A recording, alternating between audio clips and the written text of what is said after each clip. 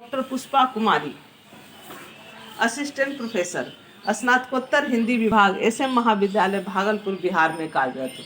आज मैं अपने विद्यार्थियों को जो स्नातकोत्तर हिंदी विषय के द्वितीय सेमेस्टर के विद्यार्थी हैं उनको उनके पाठ्यक्रम में आए सप्तम पत्र में संस्कृत साहित्य के इतिहास के अंतर्गत संस्कृत महाकाव्य में महाकवि भारवी और महाकवि माघ का तुलनात्मक अध्ययन बताएंगे। अर्थात आज की विषय वस्तु का शीर्षक है महाकवि भारवी और माघ का तुलनात्मक अध्ययन।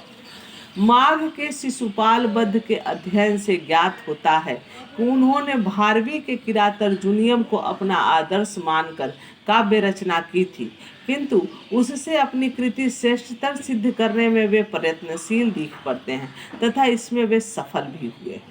भारवी ने 18 सर्गों में महाकाव्य लिखा तो माघ की रचना में 20 सर्ग है। भारवी शिव के भक्त हैं तो माघ विष्णु के, दोनों में साम्य वैषम्य, अर्थात भारवी और माघ की रचनाओं में साम्य वैषम्य। नंबर 1, दोनों महाकाव्यों के कथावृत्त महाभारत से गृहीत हैं। नंबर 2, दोनों का आरंभ श्री शब्द से होता है। किरात के आरंभ में श्रियः कुरूणाम धिपस्य है तो माघ में श्रियः पति श्रीमती शासितु है। नंबर 3, दोनों के प्रथम सर्ग में संदेश कथन है। किरात में बेनेचर के द्वारा युधिष्ठिर के प्रति तो माघ में नारद के द्वारा श्री कृष्ण के प्रति। नंबर 4, किरात के द्वितीय सर्ग में युधिष्ठिर भीम और द्रौपदी के बीच राजनीतिक मंत्रणा होती है तो माघ के द्वितीय सर्ग में श्री कृष्ण बलराम और उद्धव आगे की राजनीतिक गतिविधि निर्धारित करते हैं। नंबर 5, दोनों के नायक तृतीय सर्ग में अपनी कार्य सिद्धि के लिए प्रयाण करते हैं।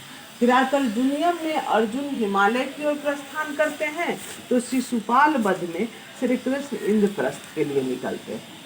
नंबर 6, किरात में महर्षि व्यास अर्जुन की इष्ट सिद्धि का उपाय बताते हैं तो माघ में देवर्षि नारद श्री कृष्ण को प्रेरित करते हैं।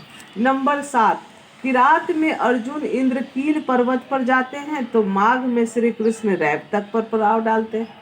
नंबर 8, किरात में हिमालय का यमकालंकारों के माध्यम से वर्णन है तो माघ में ऐसा ही वर्णन रैवतक का है। नंबर 9, दोनों में अप्सराओं के विहार का सुंदर वर्णन है। नंबर 10, किरात में किरात रूप में शंकर अपने दूत को अर्जुन का अपमान करने के लिए भेजते हैं तो माघ में शिशुपाल इसी हेतु श्री कृष्ण के पास दूत भेजता है।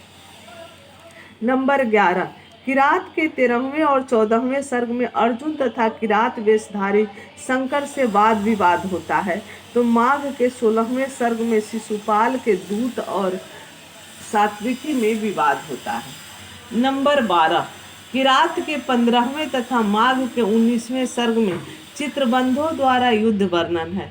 नंबर 13, दोनों काव्यों में नायकों के द्वंद्व युद्ध के पूर्व विपक्षियों की सेनाओं में युद्ध होता है। नंबर 14, किरात के प्रत्येक सर्ग के अंतिम पद्य में लक्ष्मी शब्द का प्रयोग है तो माघ में इसी प्रकार श्री शब्द प्रयुक्त है। नंबर 15, दोनों में संध्या, रात्रि, चंद्रोदय, वर्ण, ऋतुओं तथा यात्रा का वर्णन है। नंबर 16, दोनों के वर्णन क्रम भी समान है। इस प्रकार माघ और भारवी के महाकाव्यों का तुलनात्मक अध्ययन लगभग समान ही है। धन्यवाद।